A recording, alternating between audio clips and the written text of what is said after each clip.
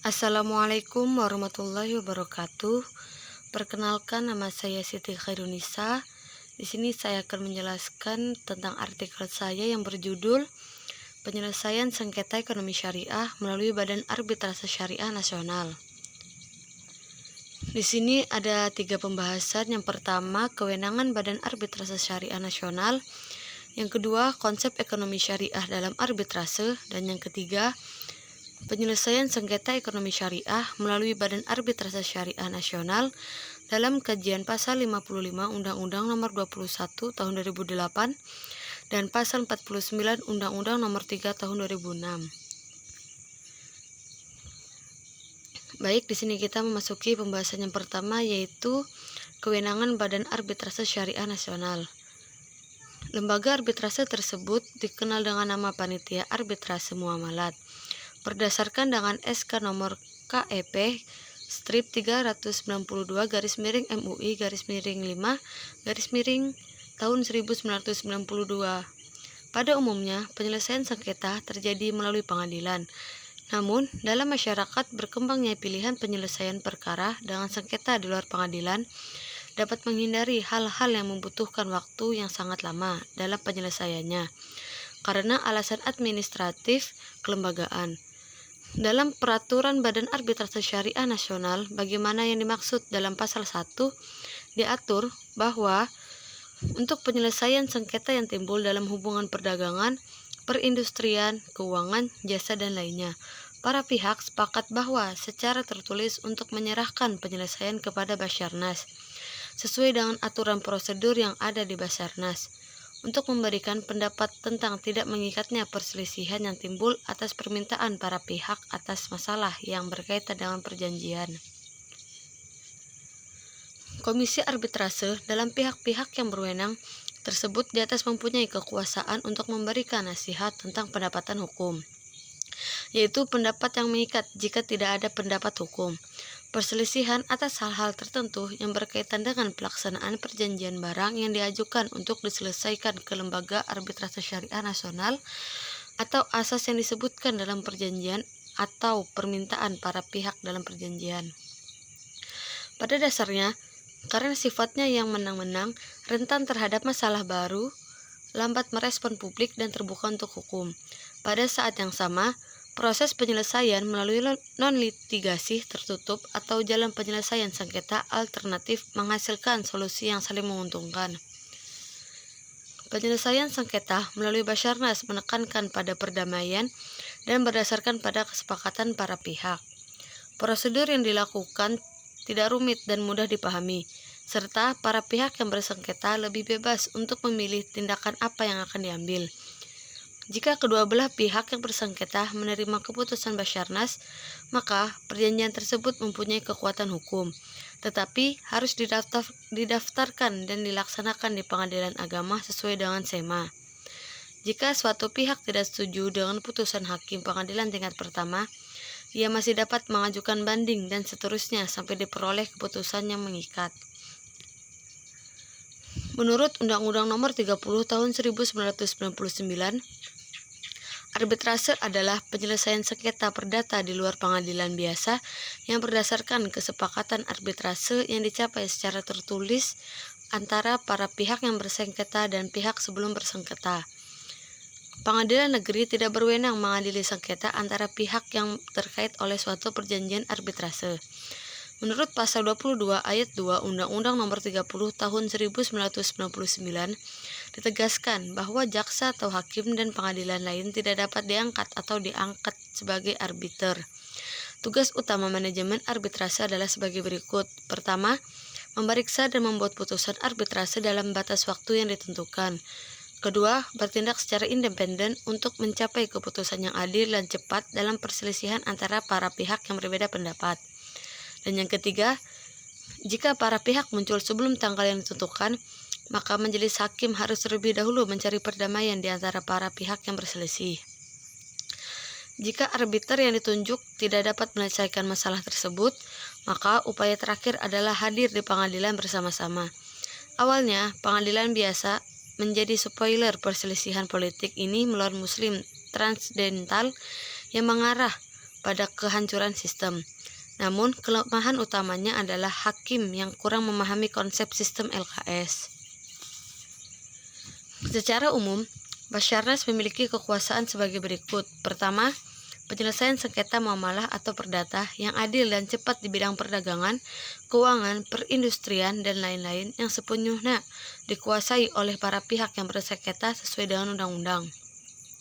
Dan yang kedua, memberikan pendapat yang mengikat atas permintaan para pihak, tidak dalam perselisihan tentang hal-hal yang berkaitan dengan perjanjian. Setelah itu, pembahasan yang kedua yaitu konsep ekonomi syariah dalam arbitrase. Ekonomi Islam juga tidak ada karena sistem ekonomi kapitalis mengandung banyak kelemahan dan ketidakadilan. Munculnya ekonomi Islam karena kebutuhan akan kesempurnaan Islam itu sendiri. Dalam kehidupan ekonomi Islam, ia memiliki sistem ekonominya sendiri, sebagaimana Allah Subhanahu wa Ta'ala berfirman dalam Al-Quran dan dijelaskan melalui sunnah Nabi Muhammad SAW. Jika hal tersebut tidak ada dalam Al-Quran dan hadis, maka para ulama dapat melakukan ijtihad untuk memecahkan masalah yang sedang mereka hadapi. Arbitrase dalam studi hukum Islam disebut dengan tahkim. Tahkim berarti penunjukan seorang arbiter yang dapat diartikan sebagai penengah dalam perselisihan. Beberapa unsur arbiter ditemukan dalam hukum Islam, yaitu hak untuk menyelesaikan atau menutup sengketa melalui hakam yang berada di luar kewenangan hakim negara, dan hakam diangkat secara sukarela atau atas persetujuan bersama dan pilihan para pihak. Ahmad Az-Zahar Bashri mengambil beberapa prinsip ekonomi Islam dalam ayat-ayat Al-Quran tersebut yang dapat digunakan sebagai pedoman untuk melakukan kegiatan ekonomi antara lain. 1. Manusia adalah makhluk dengan misi Allah SWT untuk memakmurkan kehidupan bumi dan dianugerahi kedudukan khalifah dan wakilnya wajib melaksanakan perintahnya.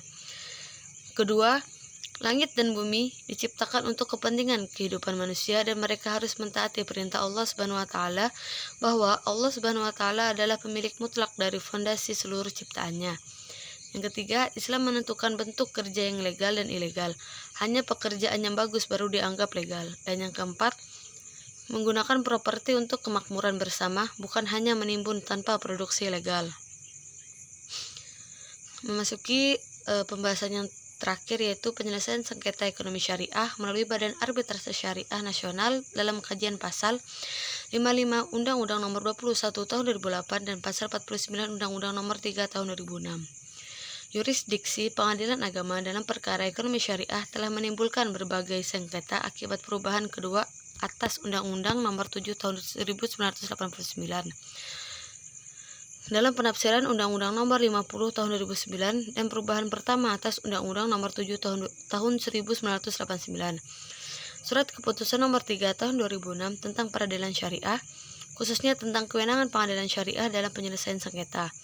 Ketentuan pasal 55 ayat 1 di atas sejalan dengan pasal 49 ayat 1 Undang-Undang Nomor 50 Tahun 2009 yang menyatakan bahwa kewenangan pengadilan agama adalah menyelesaikan sengketa ekonomi, mendukung dalam penyelesaian sengketa ekonomi syariah di luar pengadilan dan meyakinkan pihak lain di luar sistem peradilan agama. Sebagaimana dikuatkan oleh pasal 55 ayat 2 Undang-Undang Nomor 21 Tahun 2008 tentang bank syariah dalam hal itu. Menurut suara pasal tersebut dapat dilihat bahwa dalam akad tersebut termasuk dalam penyelesaian sengketa melalui pilihan mereka dan dapat diselesaikan dengan cara selain pengadilan agama. Menurut pendapat Muhammad Daud Ali, pengertian asas hukum yaitu kebenaran yang dapat digunakan untuk berpikir dan memberi alasan dalam memberikan pendapat, terutama dalam penegakan serta pelaksanaan hukum.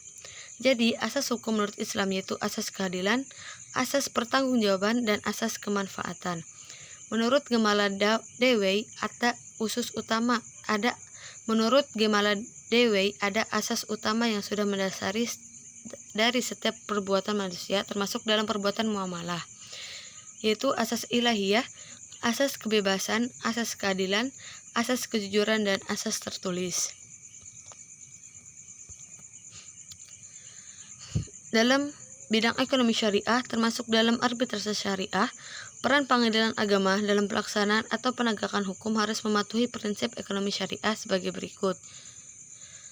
Yang pertama, dasar pengaturannya tidak dibuat oleh manusia, tetapi berdasarkan dengan aturan yang ditetapkan oleh Allah Subhanahu wa Ta'ala, seperti yang tercantum dalam Al-Quran dan hadis.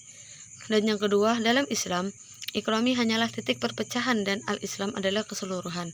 Karena ekonomi merupakan bagian atau lebih tepatnya subsistem yang terintegrasi dalam Islam, maka tidak mungkin memisahkan masalah ekonomi dari keseluruhan ajaran Islam yang utuh dan menyeluruh.